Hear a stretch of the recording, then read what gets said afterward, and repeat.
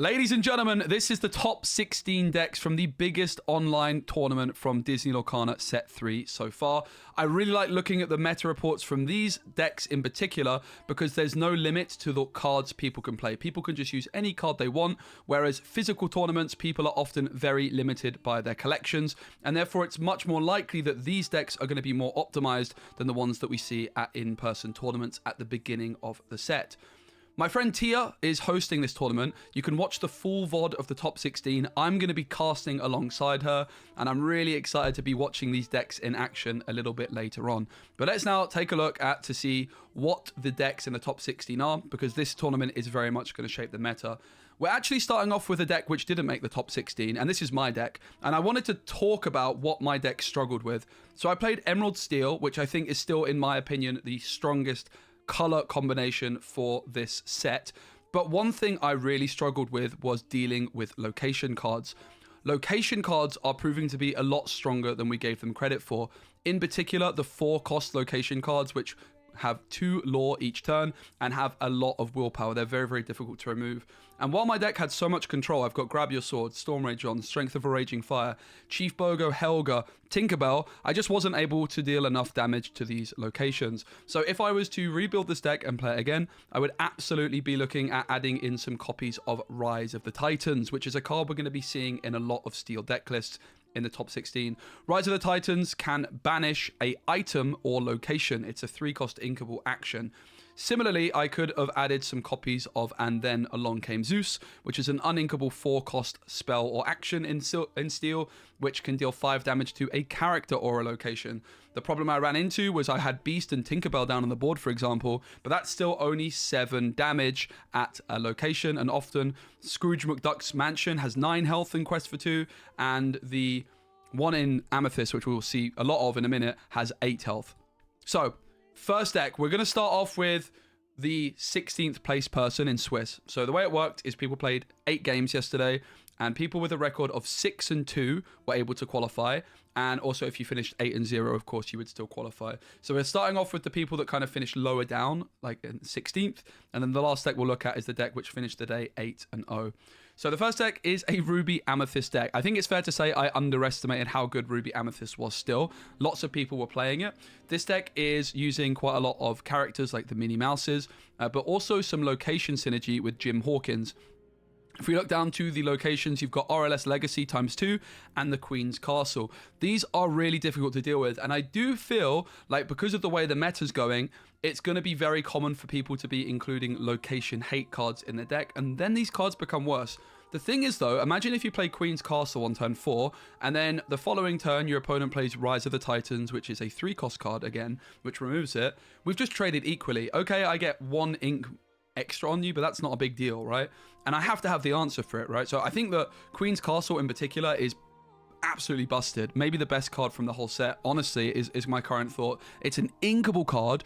It has 7 defense, it gets 2 lore, and it only costs you 1 to move a card in there. So, and you draw a card for every character you have there at the start of the turn. Like, locations are great. Obviously, if you combine them with Be Prepared as well, you can clear the board, and then they continue to get lore. Looking at the rest of the deck, there's the Bounce package, there's Lady Tremaine and Madame Medusa. No real, like, high 8, 7, 9 cost cards like we've seen in these Ruby Amethyst decks in the past. So no Elsa, no Ursula, things like that. But definitely a very powerful deck, no doubt about it. Up next, we have a Emerald and Amethyst deck. So Emerald Amethyst became quite popular in the last few days. It's a deck that I don't mind. I don't think it's great, personally. So this deck is quite aggressive. You're looking for Merfolk on turn 1, Flynn Rider on turn 2, forcing your opponent to remove your cards and be discarding your cards. And I would say this list is a little bit weird. Like, I don't like the Madam Mim ×2. In fact, I've actually been playing this exact version of the deck this morning, as a good friend of mine is in the top 16. We're going to be looking at his deck later, and he's playing against this player in the very first game. And so I've actually been playing for the last hour with this list to help my friend get some practice in. And The thing that jumped out to us was only 2 Madam Mims. I think you just want 4 of them.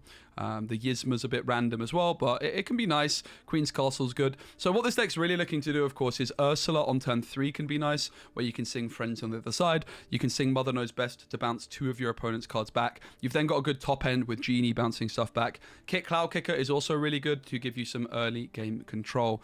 However, this deck is going to struggle quite a bit against Steel because of Tinkerbell and Grab Your Sword just being able to smash through the Merfolk, the Flynn Riders. The matchup I had against this deck as well, I played Emerald Steel, of course, was a pretty interesting matchup. It seemed like Emerald Steel was slightly favored in this one.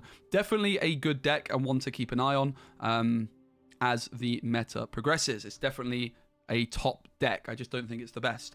Up next, we have a Amethyst Steel deck. And this is a Jafar deck, and there's actually a few Jafar decks in the top cut. The way I've built Jafar, and I enjoy playing Jafar, is very all-in. I'm not using many control tools, whereas the ones that have been more successful in the top 16 this week are more mid-range decks with cards like And Then Along Came Zeus, cards like Tinkerbell, and Grab Your Sword potentially, although this one doesn't.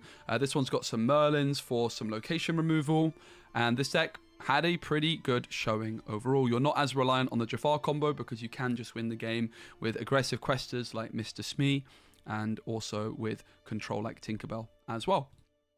Up next, we have another Amethyst Ruby deck. This one looking a little bit different. The thing that jumps out instantly is the Maleficence and the Simbas. So it's a little bit of an aggro Ruby Amethyst combo, but also with some locations and some control top end.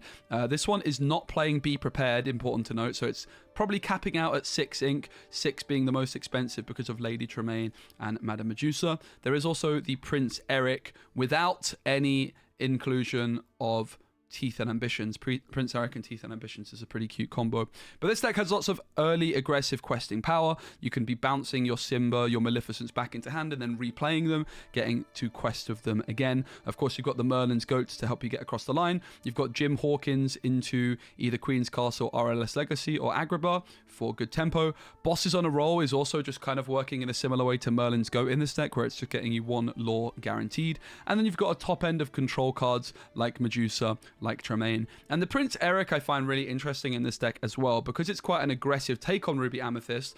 Often you look at Prince Eric and you think you need to play Teeth and Ambitions in order to remove a card during your turn, or remove Prince Eric during your turn, and then you can target a card.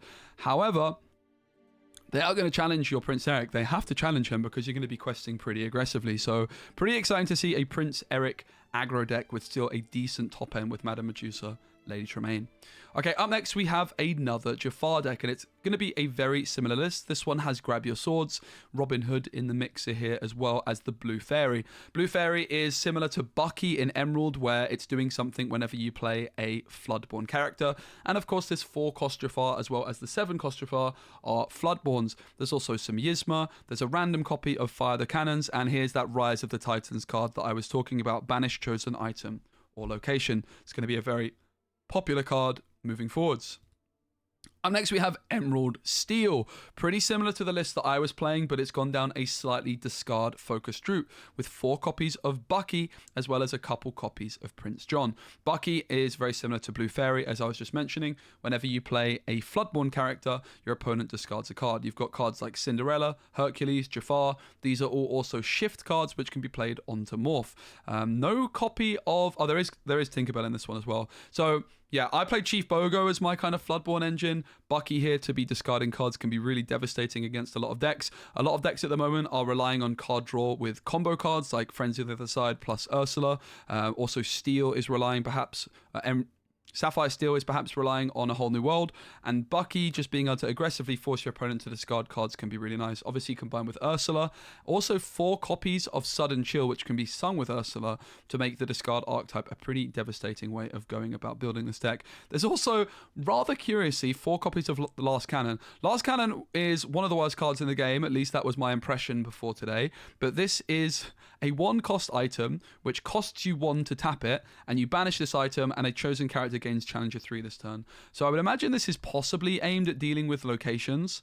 I'm not exactly sure. I feel like you'd be better off, though, if you're doing that, of just playing Rise of the Titans, or playing And Then Along Came Zeus. So I'm pretty perplexed by this, honestly, but it's cool to see.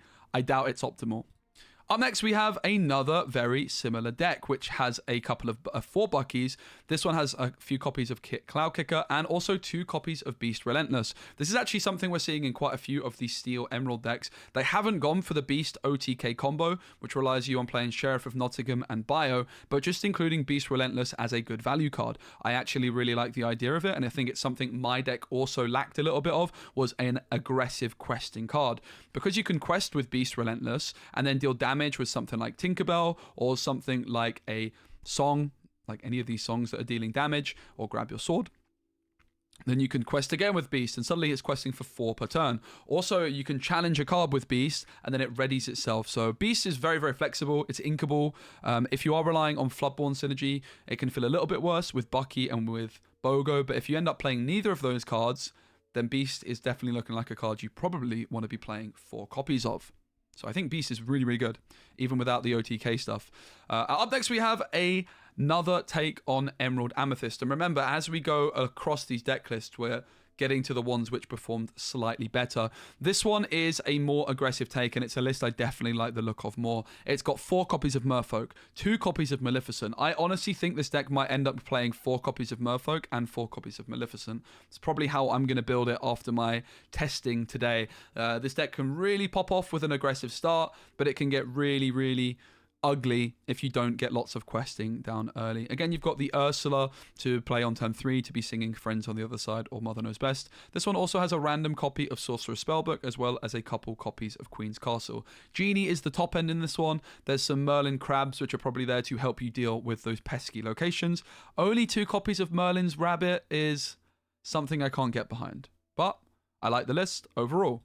Up next, we have another Ruby Amethyst one. This one does have Be Prepared. This one does have Teeth and Ambitions. It does have a couple copies of Maleficent Dragon as well. Also, we have to talk about this Pinocchio card, ladies and gentlemen. I got absolutely railed by Pinocchio Talkative Puppet.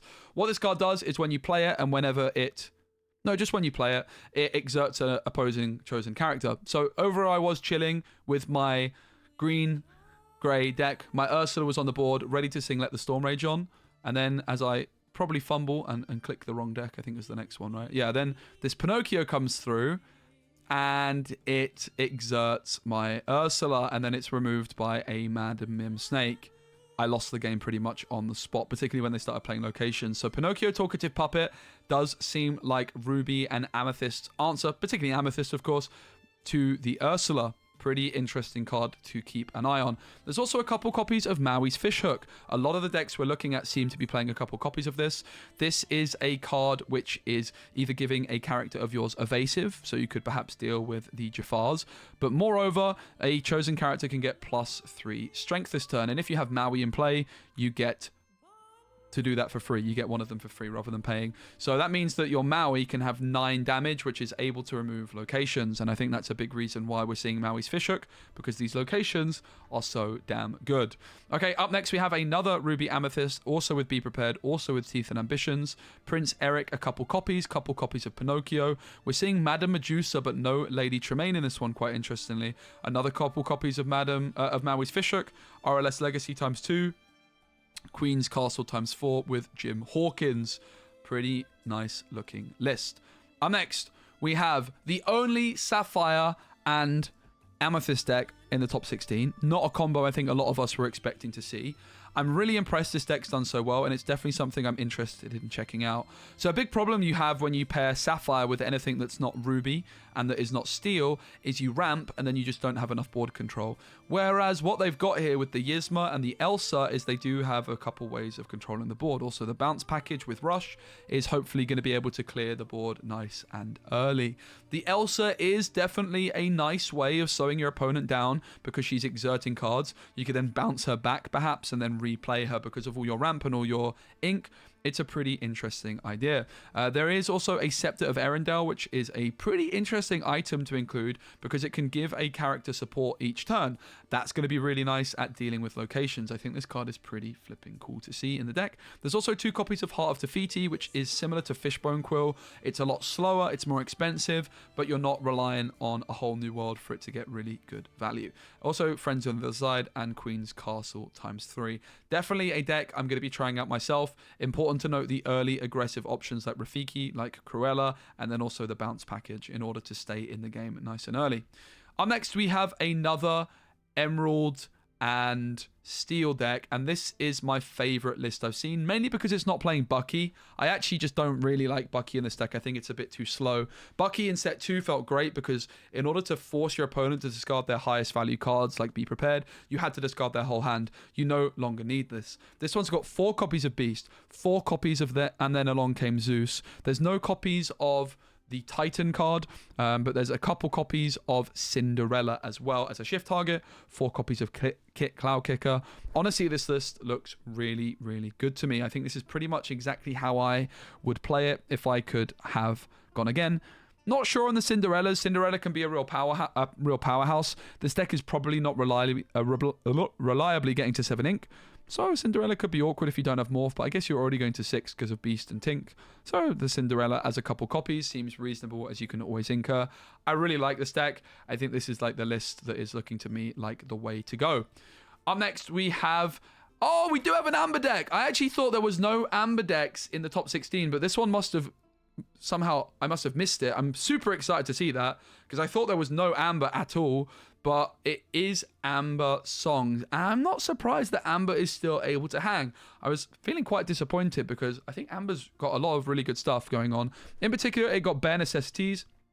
Very comparable to the 2-cost Ursula, which is able to discard a non-character card of your choice. So what's interesting about Bare Necessities is it's hitting location cards as well. So that's pretty exciting. Ursula is only hitting a song, but this is hitting songs, items, anything that's not a character. There's a couple copies of Then Along Came Zeus. I think we're going to probably be seeing maybe 3 of these in the deck moving forwards because it's so good with Ariel. Of course, 4 copies of Ariel. Small Cinderella is also just such a nice opening play. Being able to sing Let the Storm Rage On for early board control is devastating. Robin Hood makes the cut. There's also a Rockstar Stitch, which honestly, I'm not a big fan of. There's also a copy of Cinderella and Lanterns. And 3 copies of Rapunzel. I don't love the list of the songs here.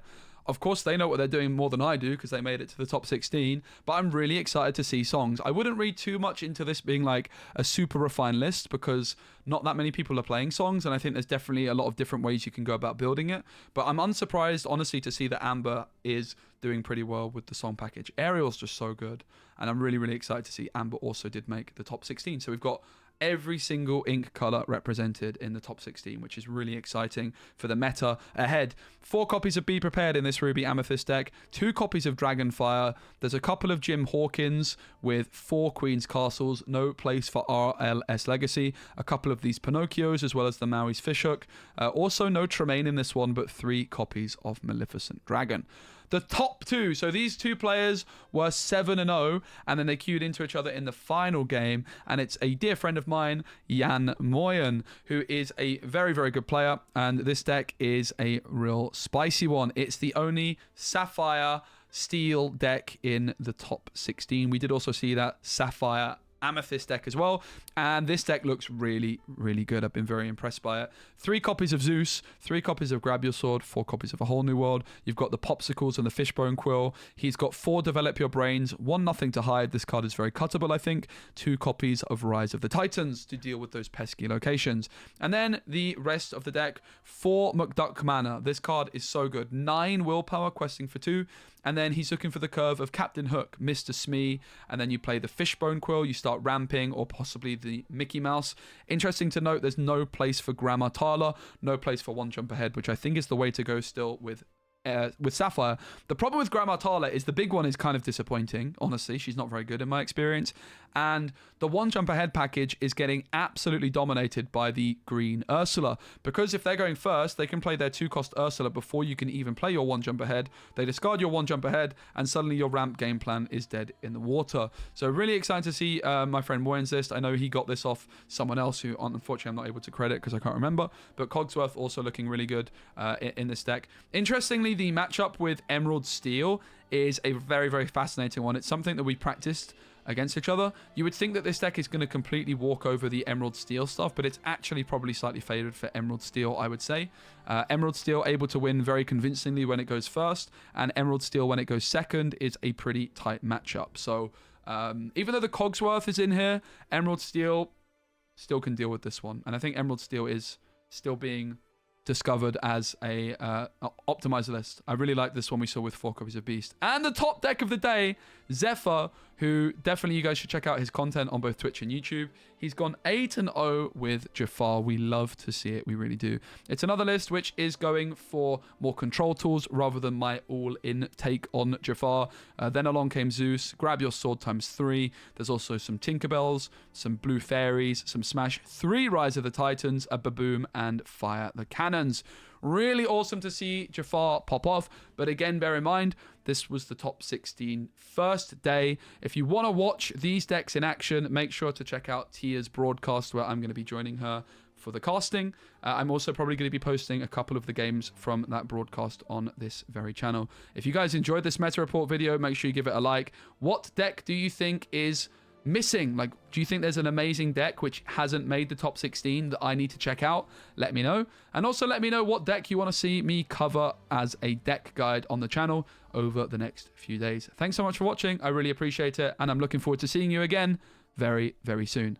The Lorcana meta is looking absolutely spicy. I'm really excited. Bye-bye.